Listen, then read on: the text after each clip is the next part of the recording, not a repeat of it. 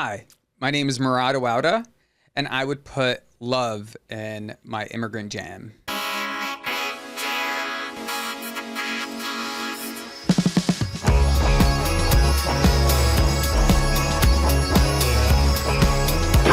Oh my goodness, we are back, people. We are back, listeners of the Immigrant Jam universe. Yes, we're back with a brand new episode. It's a beautiful day in New York City. I am so excited about this one. Dreams do come true. Yes, I've been wanting to talk to Murad for so long. There's so much I want to ask him. Welcome to the studio, Murad Awaadeh. Thank you for having me. Thank you so much for being here. Murad is not only the president and CEO of the New York Immigration Coalition, he is also the president of NYC Action. That's right.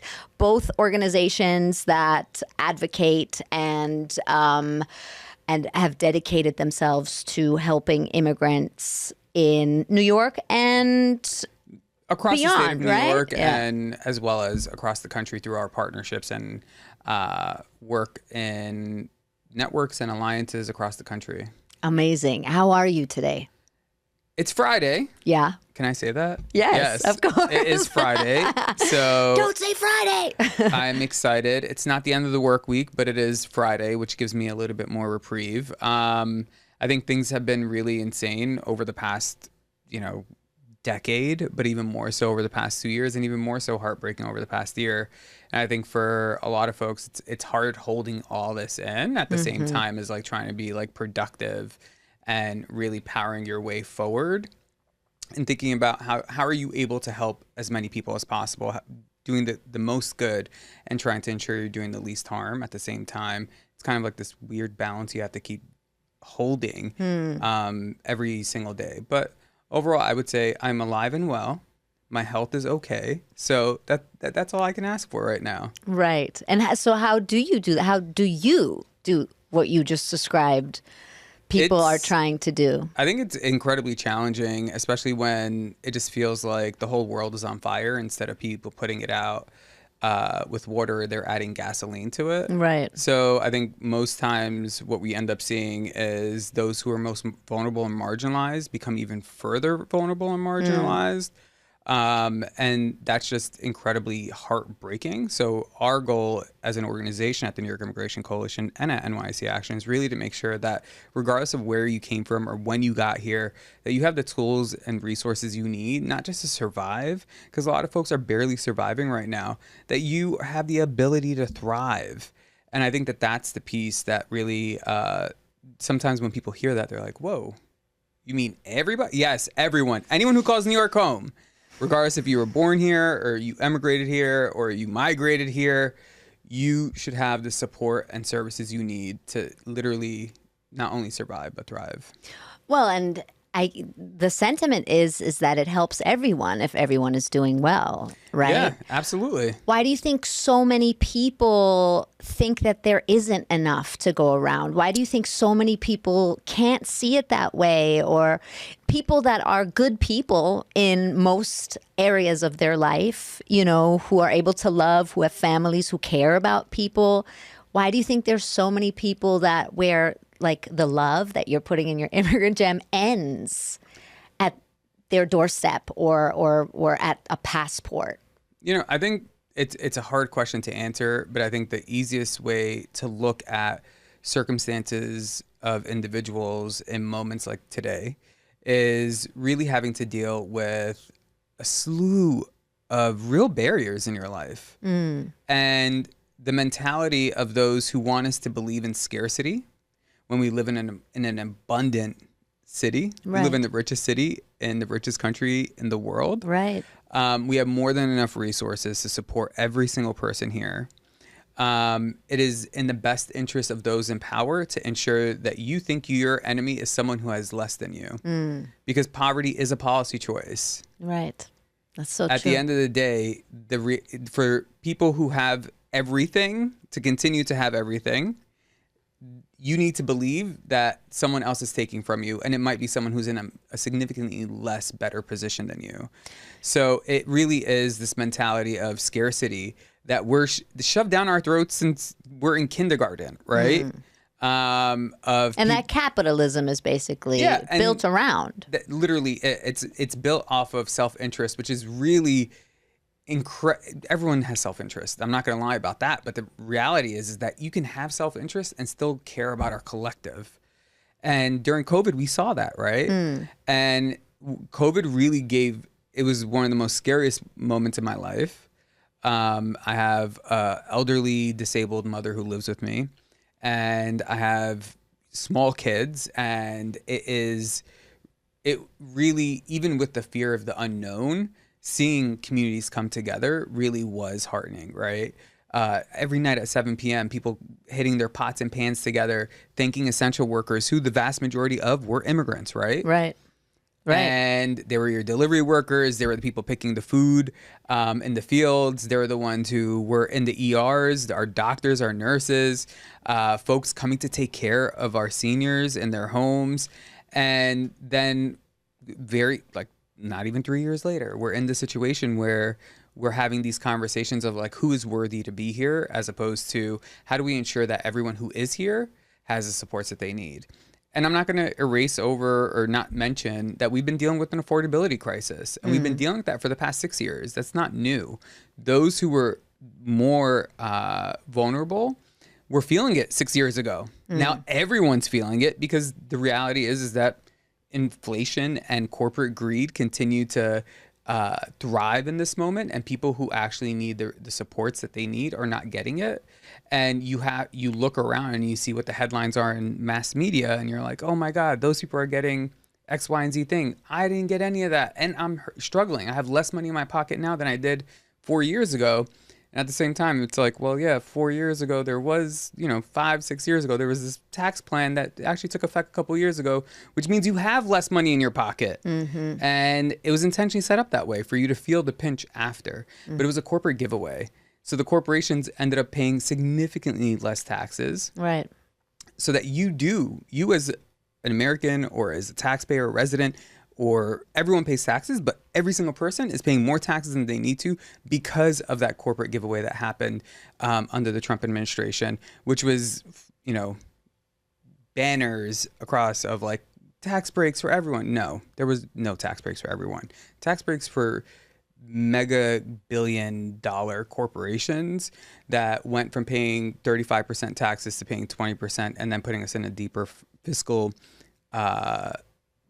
bad area as a country. But you know what actually has risen our GDP and will continue to rise our GDP? The increase in immigration. The Congressional Budget Office a couple months ago put out a report saying this is unexpected. We're expected to have $7 trillion increasing in our GDP because of the increase in immigration to the United States. And how does it actually increase the GDP? Because every single person, regardless of your immigration status, is paying into our tax system. Right. And the vast majority of people, documented and undocumented, are paying into the system. Here in the state of New York, $62 billion a year are paid by immigrants with status and without status into our state coffers. That is what keeps our state going. Our state budget is like $200 billion. $62 billion of revenue coming in is from our community alone. Our spending power is well over $150 billion here in New York State. Like, that's unheard of. Like, that is literally the GDP of other nations. Why do you think those facts don't reach a lot of people? I mean, is it that they're not reported? I feel like I read those facts, I see those facts, I may not know the exact numbers, but I know that undocumented immigrants have Social Security numbers and pay taxes. I know that they're contributing and not draining the system as they're portrayed to do. Why do you think those facts don't reach people? And what's the responsibility of, what's our responsibility? How do you on the ground tackle such a massive sort of problem that really goes into, that zooms out, where it's about capitalism, it's about how we're raised, how this country is sort of built on this belief that you mentioned earlier, the scarcity belief that people have to have less than you, that you have to pull yourself up by your bootstraps, that you somehow people deserve what they have or are what they are because not because of outside reasons, but because that's what they deserve to be. Do you know what I mean? Like, how do you approach that, like, on the ground? How do you talk to people and reach them with those facts? I think for the most part, once people actually get the facts, they start to realize, like, I've been bamboozled. Do they? Do you have that experience that people change their minds? Okay, often. that's amazing. And, then, you know, I think people come up to me and sometimes think that I'm going to be very defensive. I welcome conversations. Yeah. I think the only way we can move away from like misinformation is by getting the right information and factual information. And I think people generally think that the way in which we have to have conversations is through fighting or arguing or like being vicious to each other. Like, that's not necessary. Like, this is the problem that this nation has had to feel for the past, I would say it got, you know, mainstreamed to say the quiet part out loud from 2015 till now. And 2016 ricochet, 2017, everything became incredibly horrible. But the reality is that we have always, in this country, always looked for a scapegoat. And unfortunately, that scapegoat has continued to be every wave of immigration.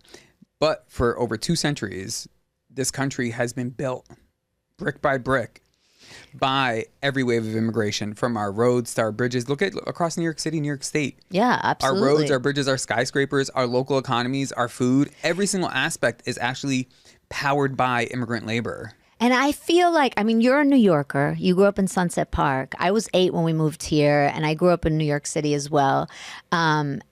Growing up in New York, of course, is a totally different experience when it comes to immigrants and the feeling towards immigrants than the rest of the country or most of the country.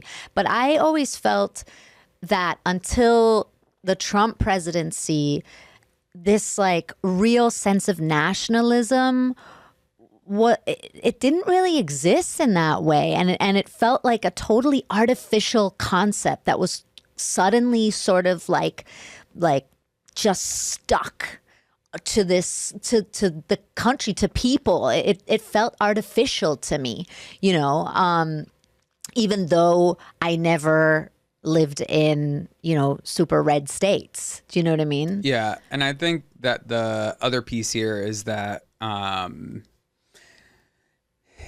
in different parts of this country, that narrative has always been. So you think it has always been? I think it always... has nationalism always been a thing the way it is now? I think it's more white supremacy. Okay. And tactics of white supremacy show up in everyday life, even here in New York City, right? Right. In current day, you see Proud Boys and Oath Keepers marching across New York City. That's never happened before.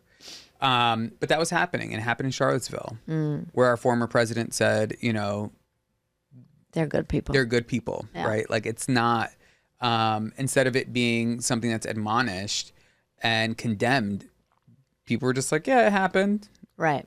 And I think that the reality that we find ourselves in today is not different than where we find ourselves in different parts of American history. And American history, like, at the beginning was incredibly bloody, right? Mm-hmm. Like, we genocided indigenous people in this country to create this country. And then, you know, enslaved people to actually help build its infrastructure, and then didn't give those people their equal rights, even when it was mandated. And even today, we're still dealing with anti-Black racism at every level of government and within communities. And denial of it. And denial, exactly. Yeah, absolutely. So we can keep talking about how in New York, we do live in a bubble. Yeah. I would say we probably grew up in a bubble. Yeah. That bubble burst. And it burst years ago. And I think that it's unfortunate that we find ourselves in situations. I still believe that there's more good people than bad people. I still believe that we live in the best city in one of the best states in this country. I've traveled the country. I've seen, I love different cities as well, but like nothing But New York is the best. Come on. New York is, and nothing meets this moment of, even in our darkest times, I still see the Statue of Liberty's torch shining and like letting us all know we're still that beacon of hope, regardless of whatever dark moment we're in right now. What about the anti-immigrant immigrants? Because last week I had 2 experiences back to back that blew my mind. One was in an Uber. My driver was a female Indian Uber driver, a woman, an immigrant, a mother, and she was going on and on about how she hopes that Trump wins, cleans things up. There's too many immigrants. There's all the immigrants are the problem. And then like 2 days later, I was taking a driving lesson because I can't take Ubers with Trump supporters anymore with an old Romanian man who was telling me he's moving to France in a month to retire. And I said, well, good for you. I mean, things are weird here right now. I was just making conversation. And he said, well, this country doesn't even look like this country anymore. It looks like Mexico now. And I said, well, maybe that's good because that's what it looked like before white people came. So, but it blew my mind, right? And I just started thinking, you know, as a comedian, of course, I immediately went to like the joke of like, oh my God, immigrants are the problem. You know what I mean? Like that joke that like, oh, the immigrants are the anti-immigrants. And it just made me think about why are so many immigrants so anti-immigrant? You know, I think this is in reference to some of the things that have been happening over the past 2 years with more folks coming to New York. The reality is that regardless of the moment we find ourselves in today, every year prior to 2022, we were having 100,000 people come to New York and literally migrating here, connecting with a family or friend, and actually becoming part of our communities. The only difference with the Texas buses that were coming is that many of the people who came did not have a community connection here. Right. And in the beginning, many of them Such a good point. did not want to be here. About 30 to 40%. We welcomed those buses. 30 to 40% of the people who were coming were like, how far away am I from San Antonio? We were like, you are in New York. Like, you left Texas. You want to go back. They're like, yeah, that's where my family is. So it was horrible to see. That's so horrible. People being used as political pawns, right? And then the other piece around, I think some of this tension that you're talking about is really that there's been a lot of misinformation on TV about what people are receiving versus what other people think they should be receiving. First, everyone should be receiving the basics and the supports that they need to survive. First and foremost, I don't care Absolutely, of course. who you are, what your ideology is, whatever it is, no one deserves to not have support, first and foremost. And this isn't coming from any type of, randomness. This is literally a very strong belief. And I think all New Yorkers share that belief, right? And we want to make sure that people have what they need to survive at the very least, not even at the very most, in the middle. People should have the tools that they need to thrive. And I think that some of what people have been seeing in the newspapers and on TV and some of the negative rhetoric from our elected leaders has led people to this moment, right? Where, we have a mayor in New York City who was, yapping around talking about how migrants are going to destroy the city. No, he is destroying the city. Yes. We don't have a migrant crisis. Eric Adams, you're destroying the city. Go away. We don't have a migrant crisis. We have a crisis of leadership from every level of government. Right. This from President Biden, who should have stepped up and been like, I'm going to have the federal government deal with this federal issue, to all the way down to the mayor of New York City. Everyone's trying to push the issue off. And it's like, no, you need to assume your leadership and your role in this moment. All that condensed has made people think that others, because we also have 12 million people prior to this in this country who've been here for decades, who have been stuck in this weird limbo area where they don't have an opportunity to adjust their status or get status to begin with. So you hear of new people coming. This is the tension of like you being here, contributing for over 20, 30 years, and then newer folks are arriving and they have access to asylum. Well, everyone's had access to asylum. And then they have access to shelter. Everyone in New York City has access to shelter. That's not a new thing. This has been since 1970 something. New York City's always offered shelter to individuals who needed it. I think that we need to completely overhaul our shelter system because no one should be living in shelter like that. I think that shelters are not necessary. We need to ensure that people have homes. And instead of having a right to shelter, we need a right to homes here. And for everyone, people should have the opportunity. It's deplorable that people, even before the busing situation started, people were waiting in shelter for years before getting support to get out. Imagine raising your family in a shelter where you're being moved from one place to another. How is that building the foundation for your life, for yourself and your kids? It's not. So I think this tension that you're referencing is really this misinformation that continuously gets fed into people's minds actively and passively, and at the same time, government not stepping up and doing the work that they need to do to actually resolve some of the issues. Because no one should be living in the shadows or in fear of not having status for 30 years. The last time we had any form of real legalization in this country, mass legalization, was under Ronald Reagan in 1986 and 87. That was the last time. So we can keep having, pointing the finger at people who have no power in changing the policies, or actually asking the people in power to actually make the changes people are demanding. And when you meet someone who has that level of misinformation, is this how you break it down to them? Yeah. Do you try? So you try to change people's minds? I ask them about their story. I ask them about, when they get here, what were the circumstances that brought them here? A lot of people, by the way, of the 12 million people who were undocumented before, came in on tourist visas. Right. So I think that's another misconception of like, who are these people who came? And right. Like, it's mostly people who overstood their visas. Yeah. So even when you speak to them, they're like, well, I didn't cross the border. It's like, well, you overstood your visa, which understandable. That happens often when people find no other alternative to find a way to stay here. You do what you have to survive and to ensure that you and your family can continue to live here, working in the informal or formal economy, to be able to make it. And many people do, but the reality is that for those people, there hasn't been a real pathway for them to adjust their status for over 30 plus years. What's the benefit for the government to keep people in this, paralysis, basically? What's the benefit? I see the benefit, of course, of having undocumented people pay taxes because the government has no financial responsibility towards them and just takes their money, basically. But what's the benefit of keeping people in this state for so long? Is it just negligence? It is negligence, and I think it's also political cowardice, right?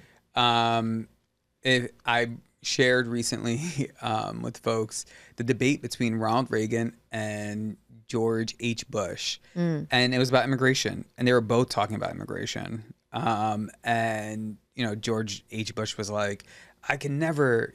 He's like, I have Mexicans in my family, which is true. He does. And he was like, why would I want to take away their right to an education? Because that was a hot topic back then, which we're dealing with today, by the way. And the Supreme Court may be taking up that case that made every child in the United States eligible for education, regardless of immigration status or race or gender, all the things that are protected right now.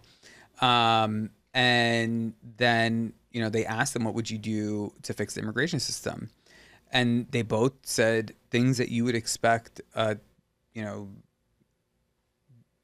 Obama to say when he was campaigning before, in his first election, or even Hillary Clinton, or even, I wouldn't say Kamala Harris now, but like other Democrats who've run for presidency. So it's just really remarkable to see how things have flipped over. Right. And we've moved further right on the scale, both with Republicans moving further right and Democrats moving further right on immigration. And the reality that we find ourselves in is that our immigration system's been broken forever. And the closer you are to whiteness, the easier it is for you to get here. And it still remains true to this day. Right. So we are in a place where, there are instances where folks feel that, we have too many people. Here in New York City, we lost 400,000 people over the past couple of years. We need more population. As long as they're not comedians. Yeah, our schools, no more comedians. Our schools were actually some of them were going to have to get shut down because they lost so many kids who moved out of the city because of what? Something I said earlier, affordability. Yeah. So people can't afford to live here. And regardless of where you look across this country, population rates are dropping. Right. So if this country still wants to be thriving, the only way you're powering it into the future is if you are going to pay your citizens to start having 7 to 10 kids each, or continue to abide by our humanitarian obligations that are U.S. law and international treaties that we've signed on to, right? As well as ensuring that the United States is a nation of immigrants. Absolutely. The second you close the door on that, what is left of it? I wanted to ask you about Obama, right? Because I feel like so many people, especially now, that are very, very cynical and so disappointed and don't really know what to do because they don't feel they can put their vote behind the Democratic Party anymore with conviction and excitement. Cite Obama's, being the deporter in chief or whatever they call him, the fact that he deported more immigrants than any other president as proof of the hypocrisy of the Democratic Party, of the hypocrisy of all politicians, that it doesn't matter, that there is no difference, that they're all the same. There's a part of me that understands that. I do think there's a difference. And right now there's a big difference, I think, in the two candidates.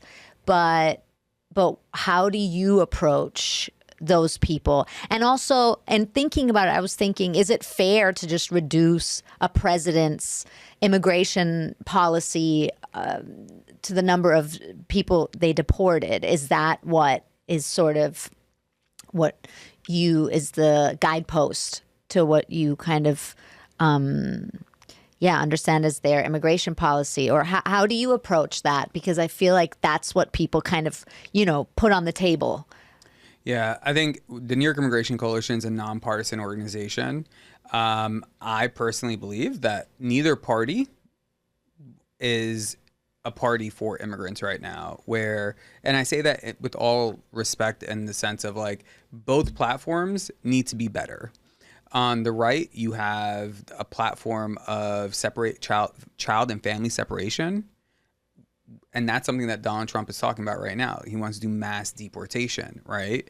And that's... But people say, sorry to interrupt you, but people say that the only difference between Obama and Trump, or the Democrats and the Republicans, is both put kids in cages, but the Democrats have a rainbow flag on the cage, right? I don't believe that, but that's what people say. Yeah, and people, like, the reality is that yes, Obama did deport the most people in the U.S.'s history. Even Trump didn't get up to those numbers. Biden has slowed down on deportations, right? We didn't have, I think the other piece here is like, we didn't have a DHS. And for people who are not from New York or who are new to immigration, would not understand that Department of Homeland Security did not exist in its current format. It was created post 9/11. Right, absolutely, yeah. And that's where USCIS got created. That's where ICE got created. That's where HSI. All these agencies were created post 9/11, and they are used as an enforcement arm of the United States government. That was created under George W. Bush, and then Obama created the infrastructure and the funding resources to create this apparatus that would allow for the largest amount of people being deported, and then Trump to exploit it, right? So I think, yes, everyone's criticism, I think both parties have failed on immigration. The Republican Party, if we go back to that clip, and I don't know if you can weave it in. Yes, my name is David Grossberg, and I'd like to know, do you think that children of illegal aliens should be allowed to attend Texas public schools free, or do you think that their parents should pay for their education? Who are you addressing that to? I think you're first in this. He was looking right at you. I said he was. Look, I'd like to see something done about the illegal alien problem that would be so sensitive and so understanding about labor needs and human needs that problem wouldn't come up. But today, if those people are here, I would reluctantly say I think they would get whatever it is that what the society is giving to their neighbors. But the problem has to be solved. The problem has to be solved because as we have kind of made illegal some kinds of labor that I'd like to see legal, we're doing two things. We're creating a whole society of really honorable, decent, family-loving people that are in violation of the law, and secondly, we're exacerbating relations with Mexico. The answer to your question is much more fundamental than whether they attend Houston schools, it seems to me. I don't want to see a whole, if they're living here, I don't want to see a whole thing of 6- and 8-year-old kids being made, one totally uneducated and made to feel that they're living with outside the law. Let's address ourselves to the fundamentals. These are good people, strong people. Part of my family is a Mexican. Can I add to that? I think the time has come that the United States and our neighbors, particularly our neighbor to the south, should have a better understanding and a better relationship than we've ever had. And I think that we haven't been sensitive enough to our size and our power. They have a problem of 40 to 50% unemployment.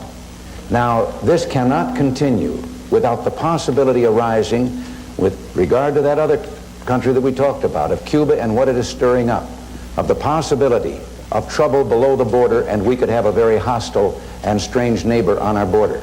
Rather than making them or talking about putting up a fence, why don't we work out some recognition of our mutual problems, make it possible for them to come here legally with a work permit, and then while they're working and earning here, they pay taxes here. And when they want to go back, they can go back, and they can cross and open the border both ways by understanding their problems. This is the only safety valve right now they have with that unemployment that probably keeps the lid from blowing off down there. And I think we could have a fine relationship, and it would solve the problem you mentioned also. But if you go back to that clip of George H. Bush and Ronald Reagan debating each other, we've come a very far from that time period. And that was, 36 years ago, 37 years ago, to today, where we have Kamala Harris also saying that she wants to, in her first 100 days, push this failed Senate bill, which would gut asylum and further militarize our southern border. That's not a solution. The courage here in this moment for either party is to fix the system. Provide a pathway for legalization for the 12 million people, create a fair system for people who want to come in, and actually have an efficient, orderly, and equitable process that allows people to live here in a dignified and respectful way, as opposed to constantly putting targets on their back. Right. And it's so sad that that sentence seems like some utopia that, it shouldn't. It is entirely possible. And I think that there's something about changing the mentality around people having it all in a way, or this country having it all. Like there's a change in the mentality that needs to happen as well, where, as you said, we have all the resources. We are the richest country in the world, the richest city in the country. We could provide for everybody. I thought it was so interesting when I watched your talk at Google. I learned something that blew my mind, which is that Rudy Giuliani is the person who made New York a sanctuary city.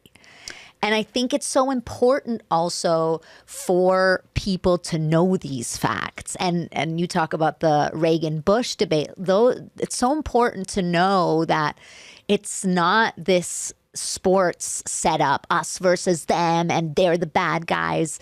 Yeah, there's been a progression, right? And that just blew my mind because that's something really important. Yeah. Right? Sanctuary policy was renewed by every single mayor, and Giuliani was one of them, right? He actually, I'm trying to remember when he said this, but pretty much sanctuary policy actually make communities safer. Right. That is, regardless of who you speak to, who's going to disagree with that? If you are someone who's living in the shadows because you're undocumented, right? And you are fearful to go report a crime, who benefits from that? Right. If you are sick and need to go to the hospital but choose not to because you're scared that they're going to call ICE or immigration on you, who benefits from that? Our collective community gets zero benefit. Actually, it creates harm, because then think about COVID. It just happened. Mm-hmm.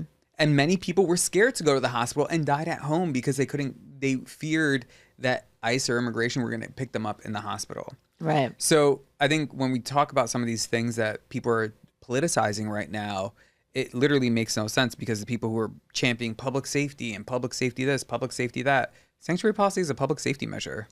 It literally is saying if you are a victim of a crime or witness a crime, we have sanctuary policy that will protect you from local law enforcement or healthcare workers from calling ICE on you because they believe you're undocumented.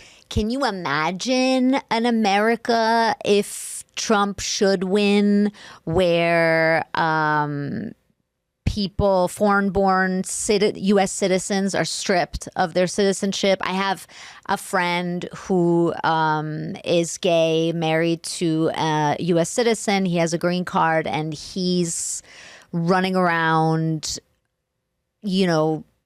really scared that if Trump wins, they're going to deport or, nullify all gay marriages and deport him. Can you imagine that? I just feel like I'm a German Jew, and my grandfather had to leave Germany overnight in 1933, and nobody could imagine that what happened would happen. And so I always have this sort of like shadow in my brain of things that are unfathomable can happen. And the biggest danger is us not being able to imagine that it's possible. I think is that insane? Am I Trump crazy? and Project 2025 have made it clear that they're coming after all of us. Right. So it does not matter. I highly urge everyone. I know it's a dense document, but I ask everyone to read it. Yeah. It's like over 900 pages. Why do you think people need to read it? I think it is very illuminating about what the conservative and right-wing institutions that will have his ear are thinking is the future of this country, which is the removal of all of us, right? And you're talking about yourself. You were born. Were you born in the here, US? Okay. but still, it's like Okay. they want to remove rights and restrict certain people's rights. Right. They want to penalize. They want to penalize individuals who dissent against government. That's our. Literally, that is enshrined in our civil rights. Mm-hmm. That's enshrined in the amendments of this Constitution that we all live by. So, literally, I highly encourage people to look into it.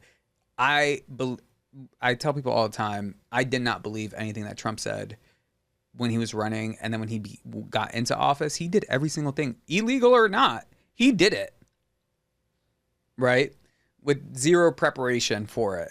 So I tell people to take the threats that he's saying. The difference now is that he actually has a manifesto that he's coming in with if he were to win, which is why it's so important that people actually educate themselves on the issues at hand. And I'm not telling anyone who to vote for or who not to vote for.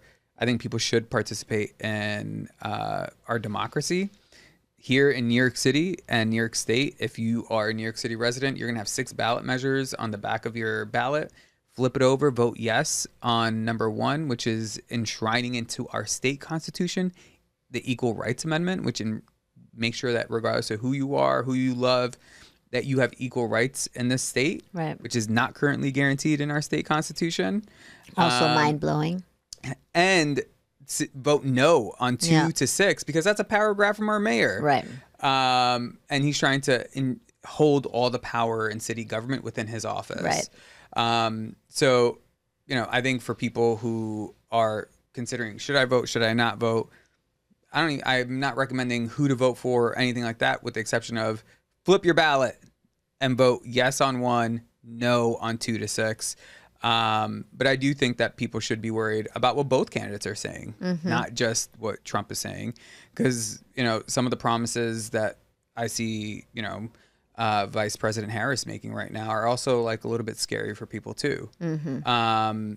You can't just keep talking in rhetoric, right, about securing our borders and all this, but you're using an example of something that's stripping away rights from people and people who need refuge and safety more times because of the U.S.'s foreign policy.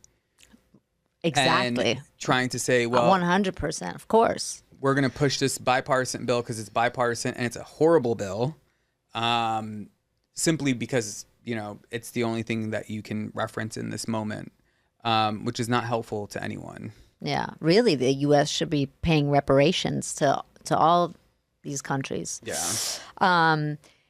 I wanted to ask you a little bit about your story. You grew up in Sunset Park. Where are your parents from? My parents are Palestinian. Yeah. They came to the U.S. In the late 70s, early 80s. And they came, and I have a mixed status family. They're mostly all U.S. citizens now. And I grew up in Sunset Park, which is a low-income community of color. At the time, it was like predominantly Puerto Rican and Dominican. And as I was growing up, it was starting to shift into more Latino communities coming in, a lot more Mexican, specifically from Puebla. Shout out to my people from Puebla. The best food in Mexico. But also we started to get a lot more Ecuadorians, a lot more El Salvadorians, and it became kind of this like really amazing and beautiful immigrant enclave. And prior to that, it was, people who were Scandinavian and Dutch, and it was always an immigrant community, but the waves of immigration kept changing it. So I grew up there. I grew up organizing around environmental and climate justice in the community. As a young person, I noticed that my family was actually impacted negatively health-wise. My entire family had asthma. And it was weird because I thought everyone had asthma because we all had it. And then when I went to my cousin's house, I was like, do you have your pump? I left mine at home. They're like, what the hell? What are you talking about, a pump? I was like, an asthma pump. And they were like, what's asthma? And I was like, what? So it made me start thinking. I was like, this is wrong. They don't even know what it is, but we all have it. There's something off here. And I realized that they live in a more affluent community and we live in a poorer working class community. We have all the environmental hazards and that are not just serving our borough, but serving regionally. Waste transfer stations, power plants, highways, all these things that were actually killing the people who live there. So I started to organize with a group called Uprose. They're still alive and kicking and doing amazing work to this day, the oldest Puerto Rican organization in the U.S. How old were you? I started, I think, around the age of 9 and 10. And Oh I remember, my God. going into the organization with my siblings, and my sister was like, you should come. And I was like, I don't know. They're probably going to kick me out. I'm too young. She was like, nah, just come. And then the executive director there at the time, who's still the executive director there today, Elizabeth Yampier, was like, well, if, you're 10 years old and mature, you can be here. Wait, you're the Greta Thunberg of Sunset Park? What? They were younger. Like my younger siblings started to come too. So it was a very intergenerational organization and still is to this day. So huge shout out to them and the amazing work that they have done. And they actually politicized me. They taught me everything that I know about politics. You've been advocating since you were 9 years old. You've been an activist since you were 9 years old. Yeah. Wow. So I was doing a lot of environmental and climate organizing because that was like impacting my family directly and my community as a whole. And I started to speak to more people and they were like, yeah, we all have asthma. And then other people were like, we have cancer. And we're like, whoa.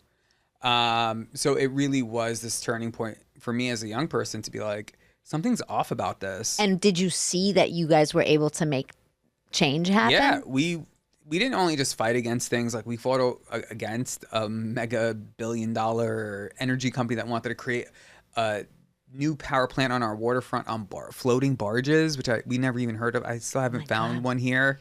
And they had millions of dollars against us. And it was us, some public interest lawyers, and like 50 young people who were educating community members about what was happening. We defeated them in court. They didn't get their permits that they wanted. Wow. We also fought to actually redevelop land in our community because we didn't have open space. So we have a huge, beautiful waterfront park in Sunset Park now, from like 41st Street all the way, 43rd Street all the way down to 53rd Street on the water, the most beautiful view you'll ever see. We also planted thousands of trees across the neighborhood that had none. But unfortunately, at the end of it, my family ended up getting displaced from Sunset Park because of gentrification.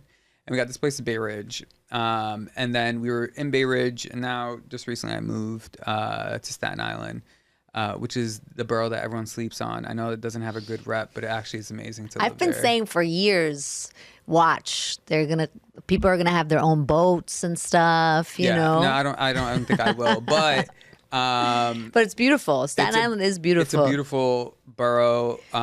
Granted, there's divergence of opinion, like everywhere Right. else you will go. Yeah. But I But think maybe it's good to be there for someone like you who actually knows his stuff and is motivated and passionate about changing people's minds and doing good. Maybe it's the right place to be. yeah, I think it is amazing. My son and my daughter are thriving there. They go to great public schools. We have a lot of amazing different activities out there. And it's just cool to be around, being in a place where you can just like, a simple walk is like good to go. Right. Or going to the park Right. and having everything really accessible. So like as far as it seems, it's actually not, and you don't really ever have to leave unless you have to go to work outside of it. But it's a good place. What motivates you? Because, I mean, the immigration advocacy right now, not that it's been much easier before, but right now it must be incredibly hard to have family, I'm guessing, in the Middle East, and to be Palestinian and to watch everything happen the way it's happening and feel powerless, I guess. I don't know if you feel powerless. I know that we all feel powerless. What motivates you? I think watching the series of atrocities that have happened over the past year has been like something I will probably never recover from as a human being. And the reality that Palestinian people continue to live under brutal occupation to this day, and there is no vision for the future of what that possibility could look like, what freedom looks like, is really heartbreaking. But I do believe, and call me an aspirational whatever optimist, but I do believe that freedom is coming. And I think that one day my people will be free regardless of where they're at, and be able to live thriving lives in Palestine proper, regardless of where they want to call home, that people who are forced refugees have the ability to return to their homes. And that work is very similar to the work that I do here across New York and across this country, is like really making sure that people have what they need to live.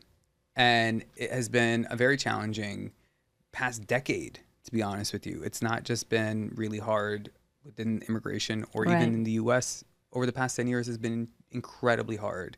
And what keeps me going is wanting to build a future for my kids that I will feel semi-comfortable in leaving them in when I pass, and making sure that they have the tools and resources and skills that they need to be agile enough to live in this country and be able to continue, if they want to build their own families, that they have the tools that they need as well. I grew up incredibly, different than they did. I come from a low-income community and a low-income family, and we didn't have very much, but we had everything we needed, if that makes sense. Of course. And, I want to make sure that what keeps me going is not just them, but also making sure that their generation has a fighting shot at having a future. And right now it looks really grim with climate change and war and everything else that's happening. So all we can do is put our best foot forward and actually fight like hell to ensure that the next generation has a better shot than we did. And we can make a difference, right? I think I'm surrounded by a lot of very cynical people. I think comedians in general are cynical and dark and sort of, have to be hopeless at the baseline. But I feel that a lot of people that I know feel sort of that we can't make a difference. And I feel that we can. And you're proof of that. The way you speak about your motivation to go on is proof of that, right? And you've seen that. We all have power. That's what it comes down to. Each one of us has our own amount of power. When we come collectively together, that power multiplies. And it continues to multiply as we continue to fight for a shared vision. And my vision for the future is one that's based on a foundation of justice, humanity, love, and the ability for people to have joy. Literally, right. That is the most basic thing in the world. Yes. If you agree with that, we might not agree on strategies or tactics, but on values and vision, I think we will all agree on. Like, we all want the best of what we can have in this life, right? Yes, yes. We want our kids to have the best education. We all want to have the best food. And that's something you learn when you travel the country and meet people. That is something everybody can agree on. Like everybody wants their kids to have a good life. They want to feed them. They want joy. They want to enjoy themselves. I run a live show called Immigrant Jam that preceded the podcast, and I literally started it in early 2017 because I just wanted a place where we can like be joyful about being immigrants amongst all the rhetoric amongst all the anti-immigrant rhetoric. And I think joy is something sometimes dismissed, right? In this like meritocracy and this like work, you have to be serious and work. But joy is something so important and something that we need to prioritize spreading, I think, right? And that's what it is. It's love, it's joy. And that's what tolerance and acceptance also and everyone is. Deserves it. Right, absolutely. It cannot be conditionalized, yes, right? Like yes. People are trying to conditionalize who's human and who's not. Right. It's been insane to even live in a world where we have dehumanized people to the level of like people not feeling anything, seeing children being murdered. Right. That's where Absolutely. we are in this country. And I think we have to get beyond the fact that we are all equal. At the end of the day, we are the same thing. Yes. We are all people who have the same needs. We all want good health. We all want happy families. We all want love. We all want joy. We all want all the things that will make us live the best lives. And the more we think, the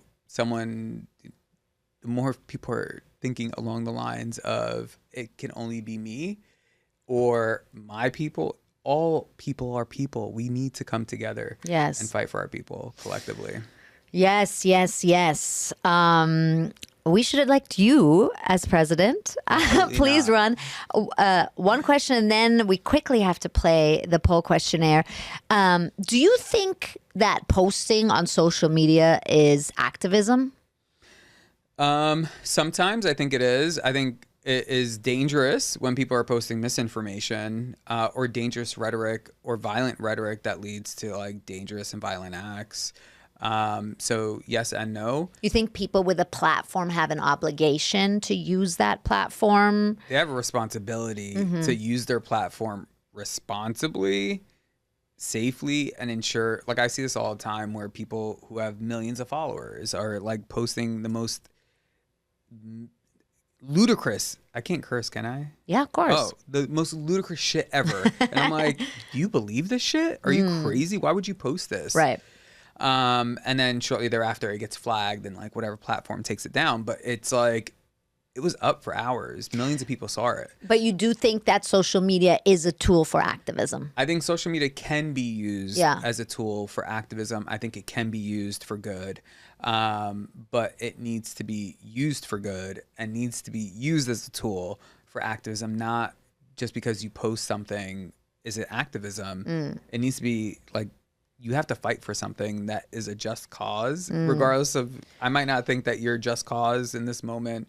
Someone was telling me why I don't do enough on animal rights. I love animals, but I don't have the capacity to fight for animal rights right now. Right. But you should go do it, and you should fight for whatever the cause you think is just. You should fight for it, but actually be strategic about it. Like, why would you just go and put a random post with a lot of misinformation in it and think people are gonna, just because no one liked it or didn't do your call to action, that it's wrong, that for those who didn't do it, that it's wrong that they didn't do it. It's like, no, have a just cause, fight for it, have calls to action that actually link to something that's real. So petitions are amazing. Make sure it's a real petition, that the petition's actually going to go somewhere once hundreds of thousands of people. So petitions are amazing? Yeah, they're good. People read them. Writing directly to your local legislators, state, federal legislators, protesting, going to rallies, marching, showing up to your elected official's office with an appointment and without an appointment, and making sure that whatever the issue is that you're actually doing it, but also be respectful about it, right? Sometimes I think people generally think that they have to jump in people's faces all the time. That's not necessary. Right. You don't have to yell. You don't have to yell. You don't have to Right. curse at each other. There's like Right. a level of like you can curse, but like sometimes Yeah, you don't have to. Especially if you're from New York, then it's just a love language. Yeah, that it just comes out, and I curse a lot, so it's like you just have to. Wow, you really restrained yourself then I this tried. whole time. I really oh my tried. God. I think I cursed like 3 times.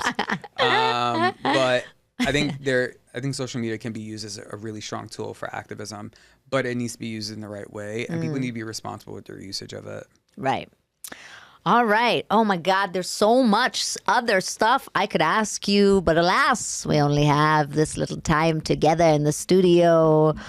Murad, are you ready to embark on the journey that is known as the poll questionnaire? Let's do it. Murad, if you were president of the United States of America, what American food would you ban? American cheese, because it's not real cheese. Okay. The like Velveeta stuff? Yeah, that's just nasty. Okay. That's just nasty. American cheese is out. Murad, if you could add an amendment to the Constitution, to the U.S. Constitution, what amendment would you add? Would it have to be a new amendment, or can it be an edit to an amendment? Up to you. I would edit the First Amendment and make sure that freedom of speech does not actually has a limitation. Not limiting anyone's freedom of speech here, but your freedom of speech does not give you the right to incite hateful rhetoric. Yes. And then that then becomes harmful to others. That is my only edit. Okay. I like it. If you had to come up with a catchphrase for the United States of America, what would the catchphrase be? It's funny because I said this earlier today, but it wasn't about catchphrase. I think here to stay, here to slay. I don't know.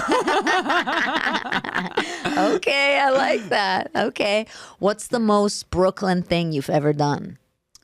I've walked from Sunset Park all the way to like Greenpoint. Damn. Okay. Yeah. That's far. I think if you're from Brooklyn, you walk and bike a lot. And my family, we walked everywhere. Yes, definitely. I definitely have thicker calluses on my feet than any of my friends from Ohio. What's the most immigrant thing you've ever done? I never leave food to go to waste. So if we're eating together, one of us is, and we're at a restaurant, someone's taking the food home, and you better eat it if it's not me, and most likely I'll take it.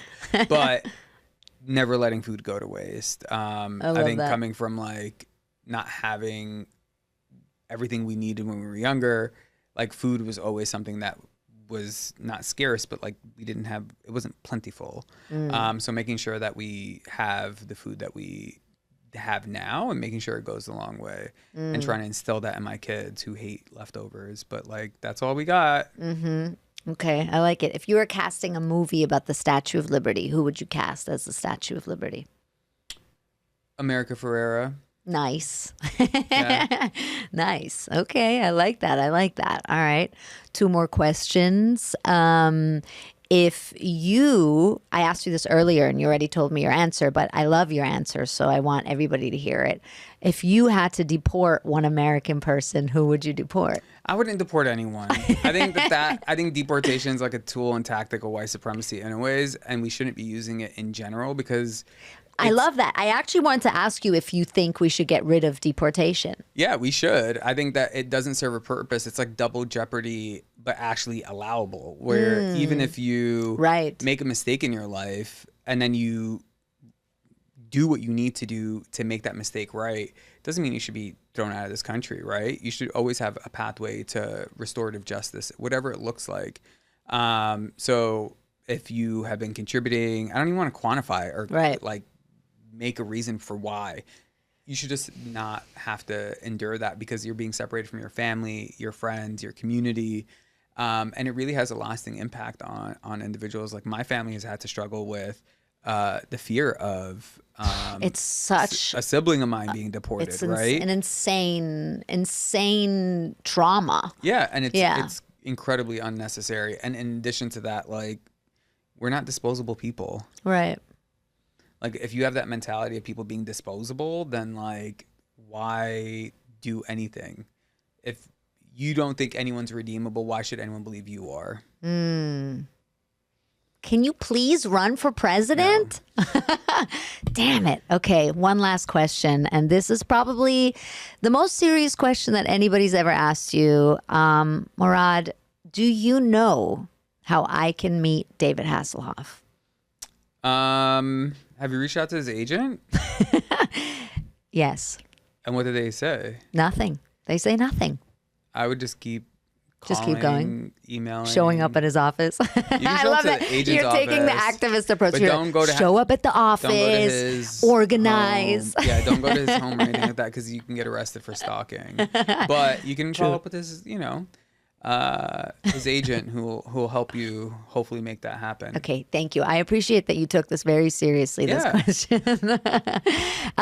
Is there any final words that you would like to say to the people listening? Anything that you would like to leave them with? I mean, you've already said so many beautiful truths and inspiring words. We can also just say goodbye. But if there's anything else you'd like to say, please. I think the last thing I'll say that I don't know if I said clear enough here is that justice isn't just for us, it's for all of us, or not just for a single person, it's for everyone. And I think that we tend to forget that. But we have so much more in common than we don't.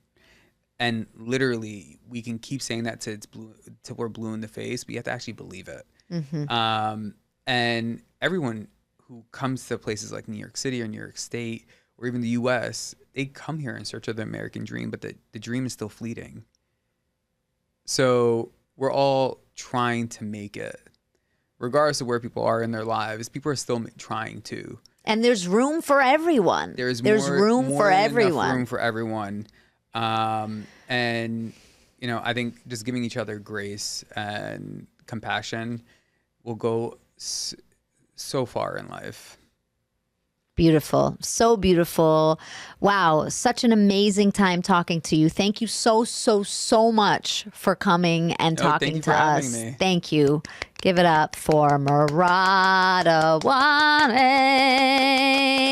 Give it up for Mike Albanese. Thank you to everybody listening. Please check out the New York Immigration Coalition. Check out NYC Action. Check out all the work that they do. They're always looking for volunteers. And there's so many different ways that people can contribute. Spread love, spread joy. Come to the 100th episode live recording at the New York Comedy Festival at Caveat on November 17th. And the next live show is November 1st. We'll be celebrating Dia de los Muertos with some amazing comedians. We love you so much. Thank you to our patrons. Thank you, thank you, thank you. Goodbye. If you like what you just heard, don't forget to rate, review, subscribe, recommend to all your friends. And if you hated it, recommend it to your enemies. Thank you for listening to Immigrant Jam, the podcast with me, Lucy Pohl. Have a delicious and nutritious day.